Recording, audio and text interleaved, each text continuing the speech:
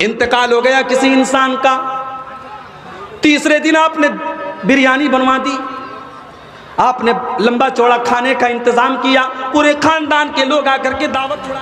मेरे नाना का इंतकाल, मेरे नाना के घर में भी ये बिदात व खुराफात अंजाम दी जाती है। मैं समझाता हूँ, नसीहत करता हूँ, लेकिन बहरहाल है, माहौल है।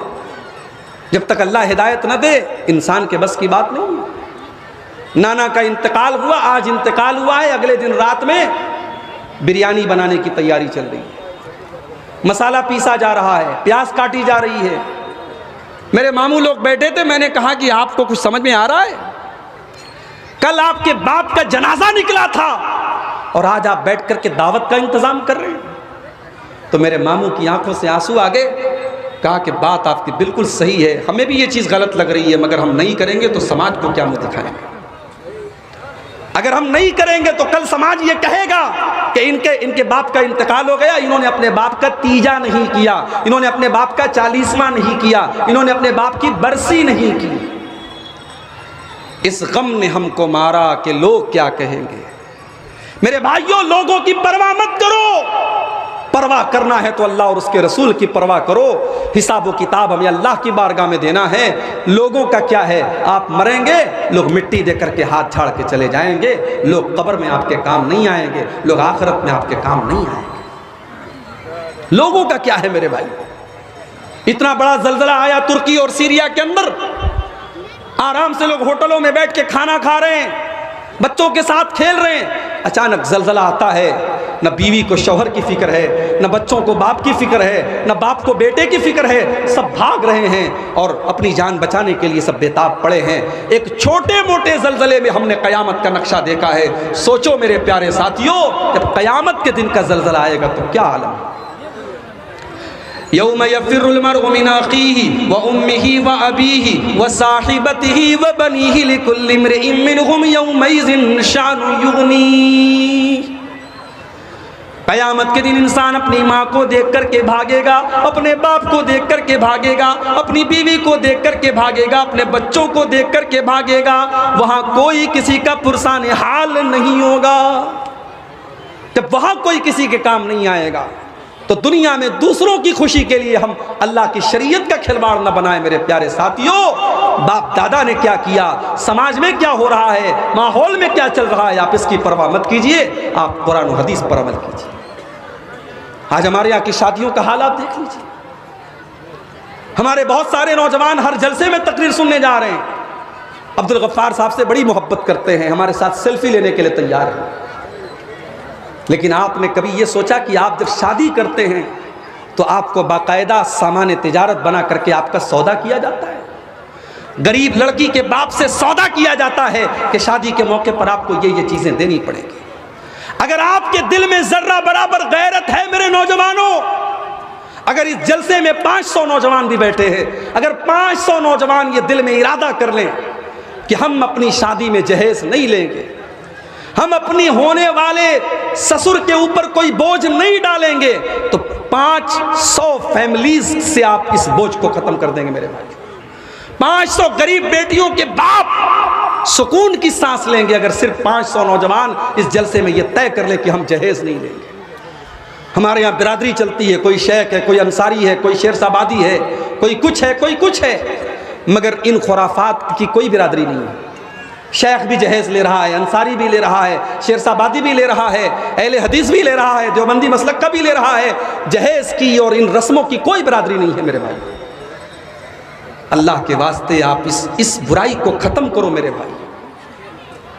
आज हालात ये हो गए, पहले महीने में एक खबर आती थी कि कोई मुसलमान लड़की गैर मुस्लिम के साथ फरार हो गई, मुर्तद हो गई। पहले महीने में, साल में एक खबर आती थी। अब रोज़ाना व्हाट्सएप पर खबरें आती हैं। नेहा अंसारी ने शादी कर ली रोहित के साथ, शबाना शेख ने शादी कर ली संजय के साथ। लड़की मुसलमान है, फेसबुक पर गैर मुस्लिम लड़के से दोस्ती कर रही है, उसको आई लव यू बोल रही है, उससे मोहब्बत का इजहार कर रही है, उसके साथ फोटो खींच करके उसके साथ अपने इश्क और मोहब्बत का चर्चा कर रही है, और फिर एक दिन उसके साथ भाग जाती है और उसके मजहब में दाखिल हो जाती है। यानी इसका मतलब यह हुआ कि हम अपनी बेटियों को इस काबिल भी नहीं बना सके कि उन्हें रब की तौहीद की अहमियत समझा पाते, उन्हें इस्लाम की अहमियत समझा पाते, उन्हें ईमान की कद्र व कीमत समझा पाते। ये ईमान दुनिया की सबसे कीमती चीज़ है मेरे भाई। ये ईमान वो चीज़ है जिसकी हिफाजत करने के लिए अगर जान देनी पड़े तो जान दे दी जाए, अगर माल कुर्बान करना पड़े माल कुर्बान कर दिया जाए, अगर बाल बच्चों को कुर्बान करना पड़े बाल बच्चों को कुर्बान कर दिया जाए। ये ईमान तो वो दौलत है। जब सुमैया रज़ी अल्लाह ताला अन्हा को जालिम अबू जहल ने जब उनके हाथ पैर को बांध दिया और जवान बेटे को उनके सामने बांध दिया, उनके शौहर यासिर को उनके सामने बांध दिया और सुमैया को ऑफर किया, ऐ सुमैया अगर तू इस्लाम को छोड़ दे, तू ला इलाहा इल्लल्लाह को छोड़ दे, ऐ सुमैया हम तुझे टॉर्चर करना, तुझे तकलीफ देना छोड़ देंगे। मगर सुमैया को इस दौलत की कीमत पता थी, सुमैया को ईमान की अहमियत पता थी। सुमैया के चेहरे पर मुस्कुराहट आती, अबू जहल इस दिल में ईमान दाखिल हो चुका है, अब ईमान निकलने वाला नहीं है। अबू जहल ने सुमैया रज़ी अल्लाह ताला अन्हा के कपड़े उतार दिए, मादर जात बरहना कर दिया, सर से पैर तक नंगा कर दिया, जवान बेटे के सामने मां को नंगा कर दिया। सोचो मेरे भाइयों, एक मां के लिए कितनी बड़ी अजियत की बात रही होगी। ऐ सुमैया मैं तेरी अजमत पर कुर्बान जाऊं, तेरे ईमान पर कुर्बान जाऊं, तेरी इस्तिकामत पर कुर्बान जाऊं। सुमैया ने इस अजियत को बर्दाश्त कर लिया, मगर ईमान से कॉम्प्रोमाइज नहीं किया, तौहीद से समझौता नहीं किया। फिर जालिम अबू जहल ने बड़ी बेदर्दी के साथ उनकी शर्मगाह पर हमला करके उनको बड़ी बेदर्दी से शहीद कर दिया। सुमैया ने शहादत दे दी, अपनी जान दे दी, मगर अपनी तौहीद से समझौता नहीं किया। ईमान तो वो चीज़ है मेरे भाइयों, मेरी माओ बहनों, जिसको बचाने के लिए सुमैया शहीद हो गई, और आज आपकी जवान बेटियां इस ईमान का सौदा कर रही हैं और इश्क और मोहब्बत के नाम पर गैरों के साथ इस्लाम को छोड़ करके जा रही हैं। बड़ी प्लानिंग के साथ ये काम हो रहा है और हम और आप जहेज लेके लेने देने में मगन बने हुए हैं, हम और आप अपने फजूल के रस्म रिवाज में मगन बने हुए हैं।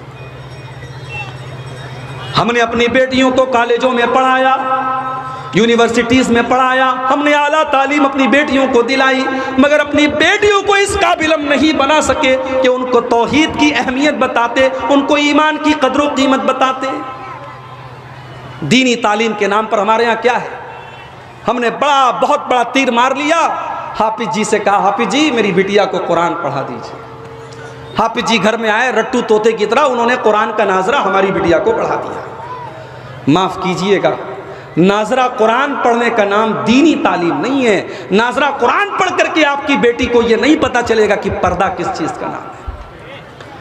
आपकी बेटी जब तक कुरान की उस आयत का मतलब नहीं समझेगी जिस आयत में आपकी बेटी को पर्दे का मतलब बताया गया है, और आपकी बेटी से ये कहा नबी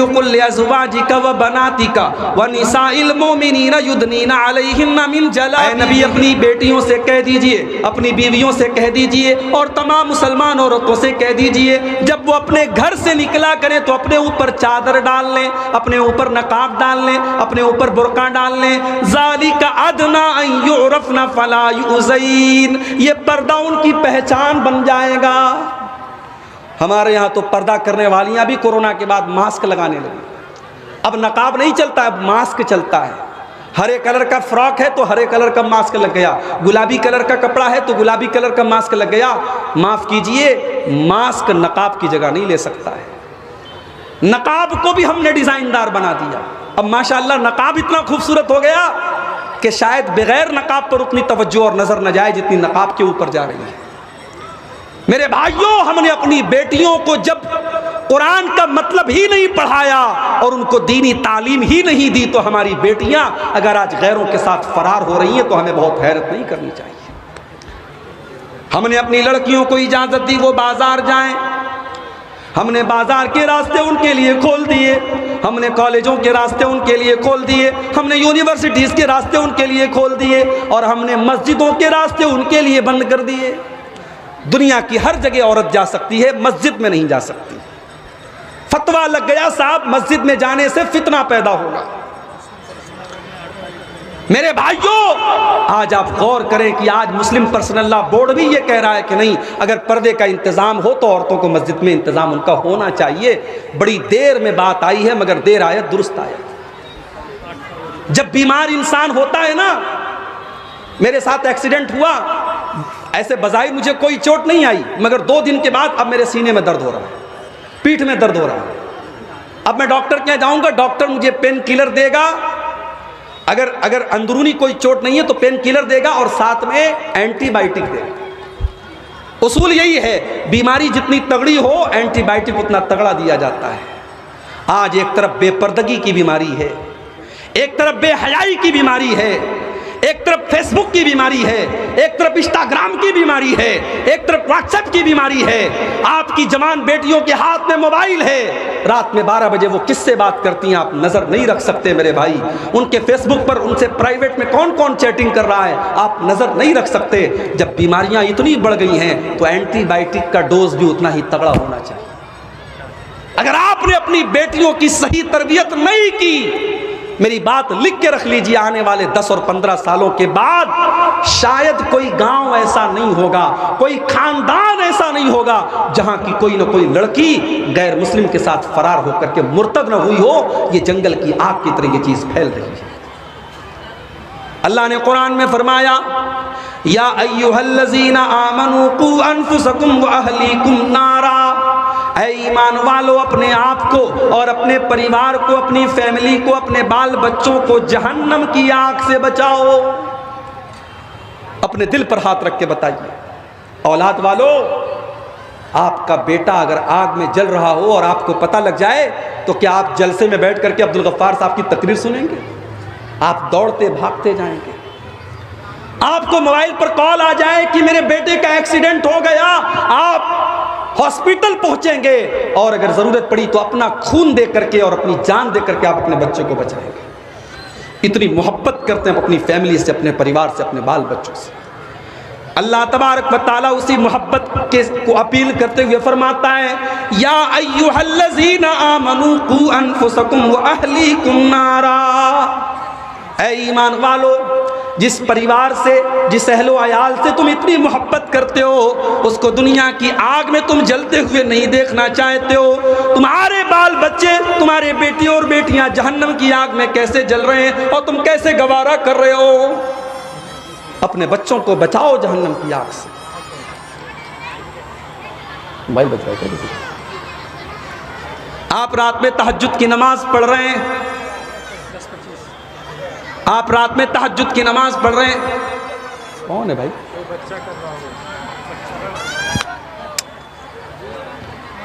सुकून होना चाहिए प्रोग्राम में। एक तो ये शुरू में ये चैनल वाले बिला वजह परेशान करते रहते हैं। आप गौर कीजिए,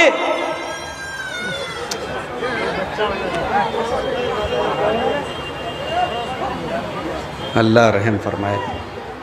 बच्चों की मोहब्बत हमारे और आपके दिल में होती है, लेकिन अगर आप तहज्जुद की नमाज पढ़ रहे हैं और आपका बेटा गलत रास्ते पर जा रहा है और आपकी बेटी गलत रास्ते पर जा रही है मेरे भाइयों, तो अल्लाह क्या हमारी और आपकी गर्दन बच नहीं सकती। अल्लाह के नबी फरमाते, कुल्लुकुम राइउन व कुल्लुकुम मसऊलुन अन रइयतिही, तुम में से हर इंसान जिम्मेदार है और उसकी जिम्मेदारी के बारे में कल क़यामत के दिन सवाल किया जाएगा। आपको अपने बच्चों की बहुत फिक्र है, आपने बच्चों के लिए प्रॉपर्टी बनाई, आपने घर मकान बनाया, आपने सोने चांदी के जेवरात बनाए, मगर अपने दिल पर हाथ रख के बताओ, आपने अपने बच्चों की आखिरत के लिए क्या किया? आखिरत के लिए आपने क्या किया? दुनिया में तो चलो आपने अपने बच्चों का इंतजाम कर दिया, मगर आपको अपने बच्चों की आखिरत की कितनी फिक्र है? कभी आपने इस पर गौर किया? आज कितने मुसलमान हैं, बच्चा बीमार हो गया, माँ उसकी मालिश कर रही है, मालिश करने के बाद काजल का टीका लगा रही है। आप क्या लगाते नहीं लगाते? काजल का टीका लगाती हैं पेशानी के ऊपर। औरतों से पूछो क्यों लगाती हो, कहती है नजर नहीं लगती। किसने बताया भाई आपको? कुरान में लिखा है, नबी ने फरमाया, सहाबा ने किया नहीं। टोटका है, हिंदुस्तान के माहौल में राइज हो गया, बच्चे को नजर का टीका लगाया जा रहा है। घर में नजर न लगे, गैर मुस्लिमों के यहाँ नींबू और मिर्चे लटकाए जाते हैं, मुसलमानों के घरों में भी मिर्ची और नींबू लटकाए जाने लगे। बच्चा बीमार हुआ, आपने उसके पेट में तावीज़ बांध दिया, उसके गले में तावीज़ बांध दिया। मेरे भाइयों, क्या आपने नबी की वो हदीस नहीं सुनी, मन अल्लक़ तमीमतन फ़क़द अशरक, जिसने तावीज़ लटकाया उसने शिर्क किया। अल्लाह के प्यारे नबी अपने नवासे हसन और हुसैन को पढ़ करके दम करते हैं, उईज़ुकुमा बिकलिमातिल्लाहि ताम्मा मिन कुल्लि शैतानिन व हाम्मा व मिन कुल्लि ऐनिन लाम्मा। आपने दुआ याद नहीं की, आपको दुआ पढ़ना नहीं आता, तो आपने शॉर्टकट तलाश किया, आपने मौलवी साहब से कहा तावीज़ बना के दे दीजिए। मौलवी साहब ने तावीज़ बना के भी दे दिया। मेरे भाइयों, इन बिदात और खुराफात से अपनी फैमिली को बचाओ, शिर्क से बचाओ अपने बच्चों को। हज़रत याकूब अलैहिस्सलाम को देखो, उनके 12 बच्चे हैं। याकूब अलैहिस्सलाम का इंतकाल होने वाला है आखिरी टाइम में। 12 बच्चे उनके बिस्तर को लपेटे, बिस्तर को घेरे हुए हैं।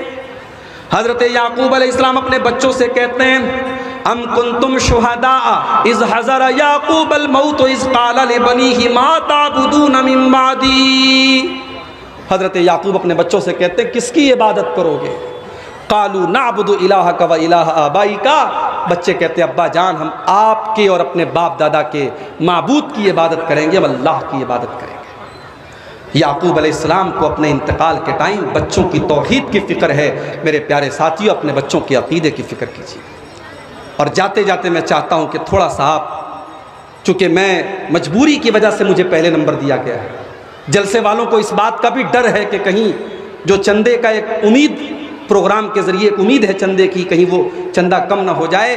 मैं बड़े अदब से आपसे गुजारिश करता हूँ, मेरी तकरीर का आखिरी पॉइंट चल रहा है, 5-10 मिनट आप आइए और इस कब्रस्तान के रास्ते के लिए, ज़ाहिर कब्रस्तान हमारी बड़ी बुनियादी ज़रूरत है।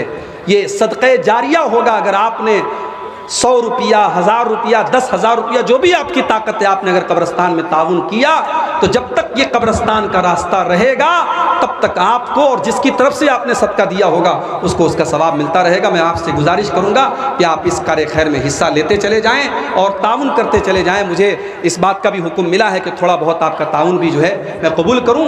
मेरे भाइयों, आज हमें और आपको इस कार्य खैर में, इस तरीके की चीज़ों में भी अपने आप को और अपने घर वालों को हिस्सा दिलवाना चाहिए।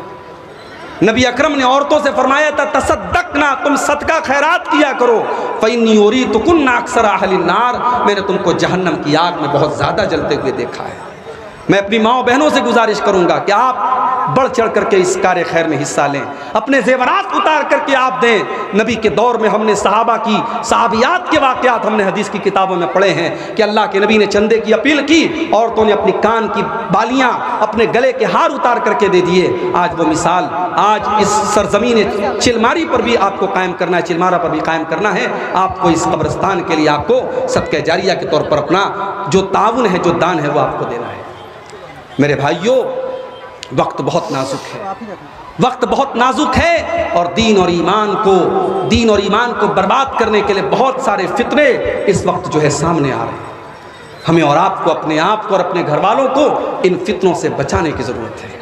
और उसके लिए बड़ी ज़रूरी चीज़ ये है कि आप अपने बच्चों को दीन की तालीम दिलाएं। मैं ये नहीं कहता कि आप सारे बच्चों को आलिम बना दीजिए, सारी बच्चियों को आलिमा बना दीजिए, मगर कम से कम अपनी औलाद को आप दीन की इतनी तालीम दे दीजिए कि जो दीन की मोटी मोटी बात है, जो बेसिक नॉलेज है, आपका बेटा, आपकी बेटी उस दीनी इल्म आप उसके अंदर मौजूद हो। आपका बेटा, किसी आदमी ने 4000 देखिए अब ये चंदे का भी मामला शुरू हो रहा है, 5-10 मिनट का वक्त है, आप जल्दी जल्दी आइए। मैं सफ़र की हालत में हूँ, आपके हक़ में इंशाअल्लाह मैं दुआ करूँगा। और हमारे बुजुर्ग, अल्लाह ताला ने इस एक आयत के अंदर इस बात की वजाहत कर दी। आइए पहले आयत को समझते हैं, फिर बात को आगे बढ़ाते हैं। कुल इन्नमा अना बशरुम मिस्लुकुम, ऐ नबी आप ऐलान कर दीजिए, आप बता दीजिए कि मैं तुम्हारी ही तरह इंसान हूँ। जैसे तुम इंसान हो मैं भी इंसान हूँ, बशर हूँ। यूहा इलैया, लेकिन तुम आम इंसान हो और मैं अल्लाह का नबी हूँ, मैं अल्लाह का रसूल हूँ, मैं अल्लाह का पैगंबर हूँ। मेरे ऊपर अल्लाह ताला की वही नाज़िल होती है, मेरे ऊपर कुरान उतरता है और उस कुरान के अंदर अल्लाह ताला के ज़रिए मुझे ये हुक्म दिया गया है, अन्नमा इलाहुकुम इलाहुन वाहिद, कि तुम्हारा माबूद एक है। तुम्हारा रब एक है, तुम्हारी इबादत करने के लायक, तुम्हारी पूजा करने के लायक, तुम्हारे सजदा करने के लायक, तुम्हारे पुकारने के लायक सिर्फ एक ज़ात है अल्लाह की। फमन कान यरजू लिक़ा रब्बिही, तो जो अपने रब से मुलाकात करना चाहता है, जो जन्नत में जाना चाहता है, जो अल्लाह ताला की बारगाह में कामयाब होना चाहता है, वो दो काम कर ले। बड़े गौर से सुनिएगा, दो काम कर लो, तुम कामयाब हो जाओगे। तुम अल्लाह ताला से मुलाकात का और अल्लाह ताला की जन्नत में जाने का तुम्हें शरफ मिलेगा। कौन सा दो काम करना है? फलयामल अमलन सालिहा, पहला काम ये करना है कि तुम जो भी अमल करो वो नेक अमल हो, वो अमल साले हो। अल्लाह ताला ने ये नहीं कहा अमल करना है, अल्लाह ने कहा कि वो अमल करना है जो नेक अमल हो। अब नेक अमल किसको कहते हैं? बड़ी आसान सी मिसाल मैं आपको अक्सर देता हूं। इसी मुल्क में हमने देखा, हमारे प्रधानमंत्री जी ने ऐलान किया डीमोनाइजेशन का, नोटबंदी का। 500 के और 1000 के पुराने नोट बंद, गवर्नमेंट ने नया नोट जारी कर दिया 500 का और 2000 का। याद है आप सबको? पुराने नोट और नए नोट में अगर आप कंपैरिजन करें, मुकाबला करें, पुराना नोट देखने में नए नोट से ज्यादा खूबसूरत लगता था, क्वालिटी भी अच्छी लगती थी उसकी, उसका पेपर भी इस वाले नोट के पेपर के मुकाबले में ज्यादा अच्छा और ज्यादा बेहतर मालूम होता था। मगर आज आप 5 रुपये का सामान भी दुकान पर लेने जाएं और पुराना 500 का नोट पेश करेंगे, दुकानदार फौरन आपको वापस कर देगा, साहब ये नोट अब नहीं चलता। आप कहेंगे साहब ये 500 का पुराना नोट है तो क्या हो गया, ये नए वाले नोट से बेहतर है, उससे अच्छा है, उससे खूबसूरत है, उससे मजबूत है। दुकानदार बोलेगा ये जितनी भी खूबियां आपने बयान की सब अपनी जगह है, मगर मैं ये नोट नहीं ले सकता, इसलिए कि जो ये नोट आप लेकर के आए हैं इसको भारत सरकार ने, इसको गवर्नमेंट ऑफ इंडिया ने रिजेक्ट कर दिया है। अब सरकार की नजर में ये नोट नहीं चलेगा। यही मसला दीन का है मेरे प्यारे साथी। आपने जो अमल किया वो अमल हो सकता है कि देखने में बड़ा अच्छा लग रहा हो, बड़ा खूबसूरत लग रहा हो, बड़ा आकर्षक हो, बड़ा अट्रैक्टिव हो, लेकिन अगर उस अमल के ऊपर जनाब मोहम्मद रसूलुल्लाह सल्लल्लाहु अलैहि वसल्लम की मुहर नहीं है, कुरान और हदीस की मुहर नहीं है, तो फिर वो अमल अल्लाह की बारगाह में रिजेक्ट कर दिया जाएगा, उसको कबूल नहीं किया जाएगा। अभी रजब का महीना आया था, रजब की 27 तारीख को लोगों ने शबे मेराज के नाम से जश्न मनाया। रात रात भर लोगों ने नमाजें पढ़ी, दिन में रोजा रखा। हमने कुरान को खोल के देखा, हमने नबी की हदीसों को पढ़ के देखा, हमने सहाबा के अमल को देखा। उन्होंने कभी भी 27 रजब को कोई खास इबादत नहीं की, कोई रोजा नहीं रखा, कोई तहज्जुद की नमाज नहीं पढ़ी। भाई काम तो सही हो रहा है ना, नेक अमल हो रहा है, इबादत हो रही है, रोजा रखा जा रहा है, तिलावत हो रही है, कौन सा मुसीबत का पहाड़ आ गया? अमल देखने में अच्छा है, मगर इस अमल के ऊपर जब अल्लाह के नबी की मुहर नहीं है, कुरान की मुहर नहीं है, हदीस की मुहर नहीं है, तो इस अमल को बिदअत कहा जाएगा, और बिदअत का अंजाम बहुत ही बुरा है मेरे प्यारे साथी। अल्लाह के प्यारे नबी अपने हर खुतबे में फरमाते थे वशर्रुल उमूरी मुहदसातुहा, सबसे बुरा काम वो है जो दीन के अंदर नया निकाला गया हो। वह कुल्लु मुहदसतिन बिदअ, और दीन के अंदर नया निकाला गया काम बिदअत है। वह कुल्लु बिदअतिन ज़लाला, और हर बिदअत गुमराही है। वह कुल्लु ज़लालतिन फिन्नार, और हर गुमराही का ठिकाना जहन्नम है। शरीयत आपकी लॉजिक से नहीं चलेगी, शरीयत चलेगी कुरान और हदीस की रोशनी में, चलिए शरीयत चलेगी अल्लाह और उसके रसूल के हुक्म की रोशनी में। मैयत को आपने दफना दिया, मिट्टी भी दे दी आपने, दफनाने के बाद मिट्टी देने के बाद खड़े होकर के अजान देने लगे। पूछा भाई ये अजान क्यों दे रहे हो? एक भाई कहने लगा, हम इसलिए ये अजान दे रहे हैं क्योंकि इस मैयत से, इस मरने वाले से कब्र के अंदर सवालो जवाब होने जा रहा है। और अल्लाह के नबी की हदीस है कि जब अजान दी जाती है तो शैतान भाग जाता है। हम इसलिए अजान दे रहे हैं कि अगर इसको बहकाने के लिए शैतान कब्र के अंदर आ जाए तो शैतान जल्दी से भाग जाए और ये सवालों का सही जवाब दे सके। लॉजिक तो बहुत अच्छी है, मंतिक तो बहुत अच्छी है, मगर सीधी सी बात यह है कि अगर मरने वाले के मरने के बाद और दफनाने के बाद और कफनाने के बाद अगर अजान देने से शैतान भाग जाता है तो नबी ने यह अजान क्यों नहीं दिलवाई, सहाबा ने यह अजान क्यों नहीं दिलवाई?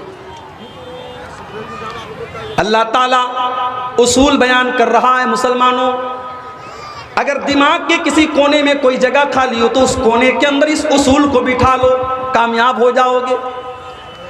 फमन कान यरजू लिका रब्बिही फलयामल अमलन सालिहा। तुम्हें अगर अपने रब से मुलाकात करना है, तुम्हें अगर जन्नत में जाना है, तुम्हें अगर अल्लाह की बारगाह में कामयाब होना है तो तुम नेक अमल करके आना, तुम अमल सालिह करके आना। मैयत का इंतकाल हो गया, आपने खानदान वालों को बुलाया, घर में कुरान खानी होने लगी। हमारे बनारस में एक हाफिज साहब हैं, लोग उनके पास आए, हाफिज साहब मेरी दादी का इंतकाल हो गया है, चल करके आप कुरान खानी कर दीजिए, मेरी दादी को कुरान पढ़ के बख्श दीजिए। हाफिज साहब ने कहा कि मैंने एक कुरान पढ़ के रखा है, जाओ मैं ट्रांसफर कर दूंगा। आज तक आपने सुना होगा मोबाइल पर वीडियो ट्रांसफर होता है, फोटो ट्रांसफर होता है, अब कुरान भी ट्रांसफर हो रहा है। मैंने एक कुरान पढ़ के रखा था, जाओ मैं तुम्हारी दादी को ट्रांसफर कर दूं। मेरे भाइयों, ये दीन नहीं है, ये दीन का मजाक है।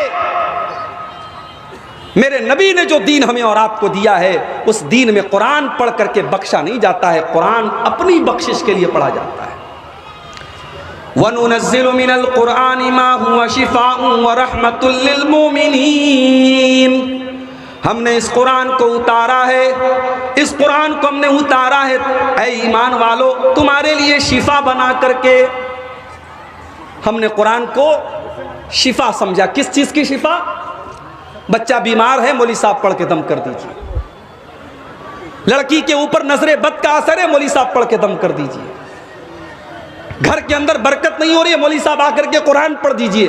हमने कुरान को शिफा समझा दुनिया की बीमारियों के लिए। यकीनन कुरान दुनिया की बीमारियों के लिए भी शिफा है, और बीमारियों में आप कुरान की आयतें पढ़ के दम कर सकते हैं, मगर कुरान हकीकत में जो शिफा है मेरे भाइयों, वो दिल की बीमारियों के लिए शिफा है। कुरान रूह की बीमारियों के लिए शिफा है। कुरान आपके दिल से तकब्बुर को मिटाता है, हसद को मिटाता है, लालच को मिटाता है, दुनिया की मोहब्बत को मिटाता है, शैतान की खसलतों से आपके दिल को पाक और साफ करता है। कुरान हकीकत में इस माना में शिफा है, मगर हमने कुरान को कुरान खानी की किताब बना के रख दिया। अल्लाह के नबी फरमाते हैं, जिस घर में सूरह बकरा पढ़ी जाती है उस घर से शैतान भाग जाता है। एक साहब कहने लगे, मौलवी साहब अगर हम मोबाइल के ऊपर सूरह बकरा की तिलावत शुरू कर दें तो क्या शैतान भाग जाएगा? यानी हर चीज में हमें शॉर्टकट चाहिए। हम खुद कुरान नहीं पढ़ेंगे, हम मोबाइल के जरिए कुरान पढ़ना चाहते हैं कि हम मोबाइल पर कुरान चालू कर दें और घर में कुरान बजने लगे, हमें कुरान ना पढ़ना पड़े। अल्लाह माफ करे, आइंदा चल करके कहीं ऐसा ना हो कि नमाज भी वीडियो के जरिए और मोबाइल के जरिए पढ़ी जाने लगी और ये कहा जाए कि साहब हमने मोबाइल के अंदर वीडियो के जरिए नमाज पढ़ ली, नमाज हो गई। दीन को इतना डिजिटलाइज मत करो मेरे भाई। इसीलिए उलमा कहते हैं कि मोबाइल में कुरान पढ़ सकते हैं, तिलावत कर सकते हैं, जायज है, मगर कोशिश करनी चाहिए कि आप ओरिजिनल कुरान से तिलावत करें। हाँ, सफर में है, किसी ऐसी जगह है वहां कुरान नहीं है, मुसहफ नहीं है, तो ठीक है आप मोबाइल के ऊपर कुरान पढ़ लें। कुरान को इस्लाम को डिजिटलाइज मत कीजिए मेरे भाई। आज बहुत सारी बिदात और खुराफात ने समाज का बेड़ा गर्क करके रखा है। शाबान का महीना आता है, 15 शाबान की रात आती है, हमारे बहुत सारे भाई कब्रिस्तान जाते हैं, अपने मुर्दों के लिए मग़फ़िरत की दुआएं करते हैं, अपनी माँ के लिए, अपने बाप के लिए मग़फ़िरत की दुआएं करते हैं, रात रात भर तिलावत करते हैं, रात रात भर नमाज़ें पढ़ते हैं। हमने जब अपने नबी की सीरत को उठा करके देखा, हमने हदीसों को उठा करके देखा, हमने सहाबा की सीरत को उठा करके देखा, वहाँ हमें शबे बारात के नाम से कोई रात नहीं मिली। शबे बारात के नाम से कोई रात नहीं मिली। 15 शाबान की रात में कोई इबादत अलग से अल्लाह के नबी से साबित नहीं है। यहां तक कि यह अकीदा रखा जाता है कि इस दिन मुर्दों की रूहें लौट करके आती हैं। जैसे हमारे हिंदू भाइयों के अकीदा रखा जाता है कि साल में एक दिन उनके बाप दादा की, उनके पुरखों की आत्माएं लौटती हैं और वो कौवे की शक्ल में आती हैं, वो कौवों को खाना वगैरह खिलाते हैं। मुसलमानों ने उस कॉन्सेप्ट को अपने यहाँ ले लिया और हमारे यहाँ शबे बारात बन गई। हमारे यहाँ हलवा बनाया जाता है और मुर्दों को उसका सवाब पहुंचाया जाता है।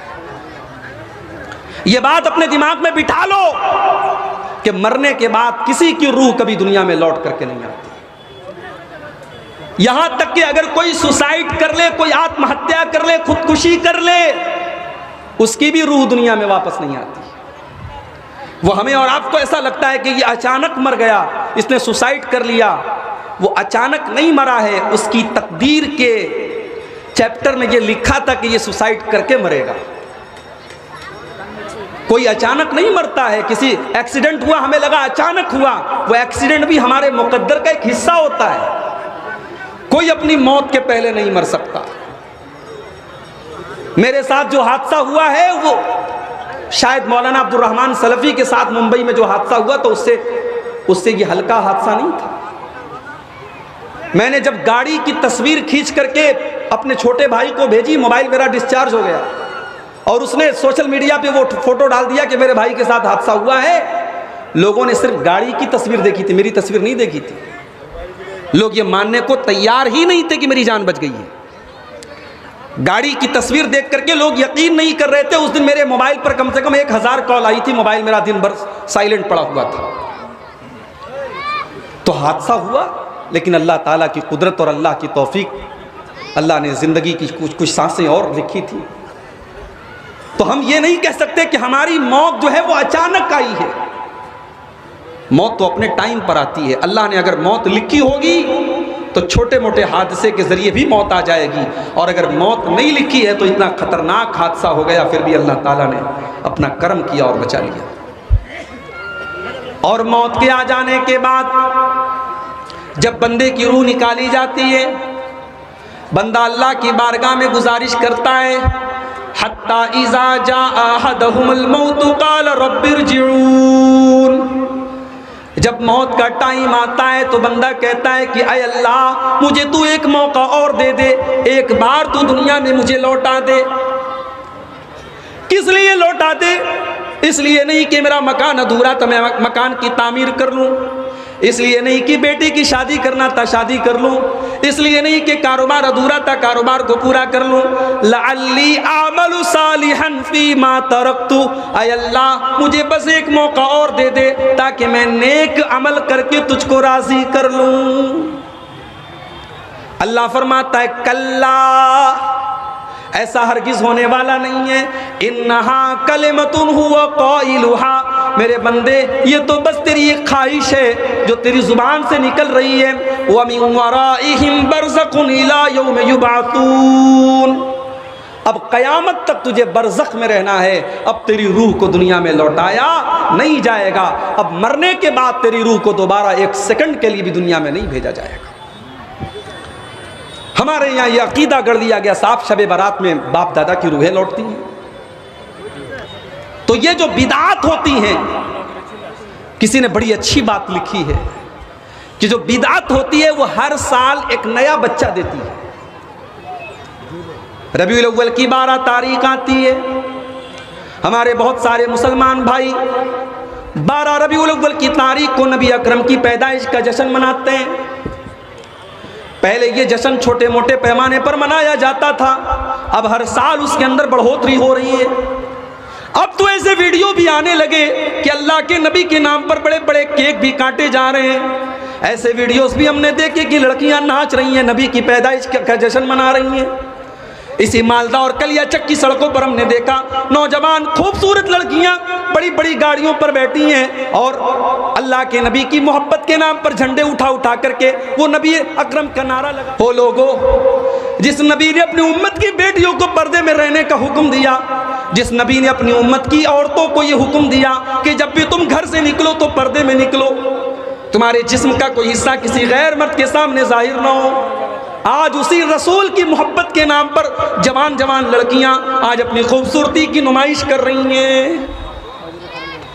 जिस नबी ने अपनी उम्मत को यह तालीम दी थी, मन तशब्बहा बिकौमिन फहुवा मिनहुम, जो किसी कौम की नकल करेगा वो उसी कौम के साथ कल क़यामत के दिन उठाया जाएगा।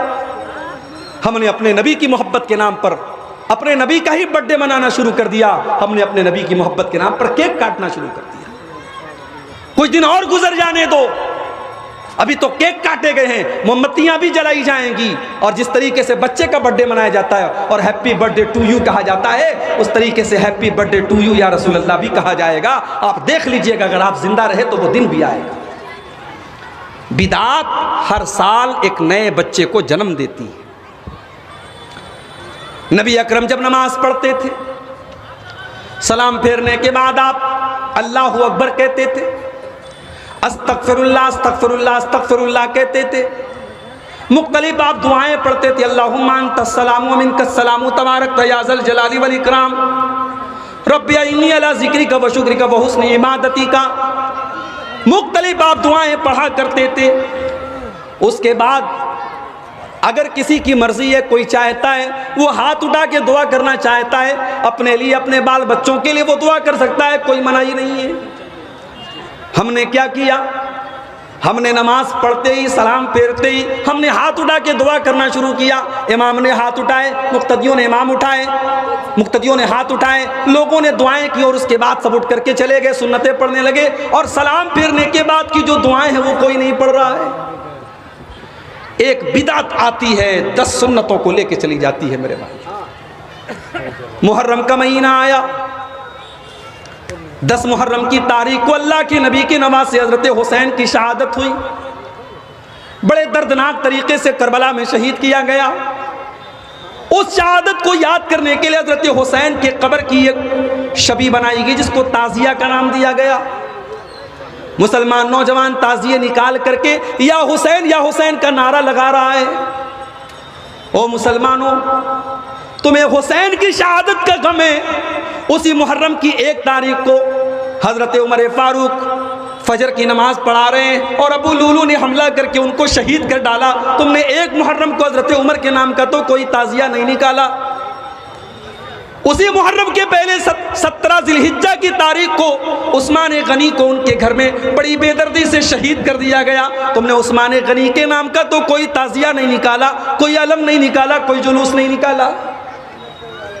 इस्लाम इन बिदात का नाम नहीं है मेरे भाई। अगर आप शहादतों का गम मनाएंगे तो साल की कोई तारीख ऐसी नहीं है जिस तारीख में किसी न किसी बड़ी शख्सियत की शहादत न हो। इस्लाम शहीदों के खून से इस्लाम की तारीख रंगीन है। अगर आप शहादतों का गम मनाएंगे और लोगों की पैदाइश की खुशी मनाएंगे तो साल की कोई तारीख बाकी नहीं बचेगी। इस्लाम बड़ा ही सिंपल दीन है मेरे भाई, इसको सिंपल ही रहने दो। इसमें बिदात मत निकालो, इसमें कोई नए नए काम मत निकालो।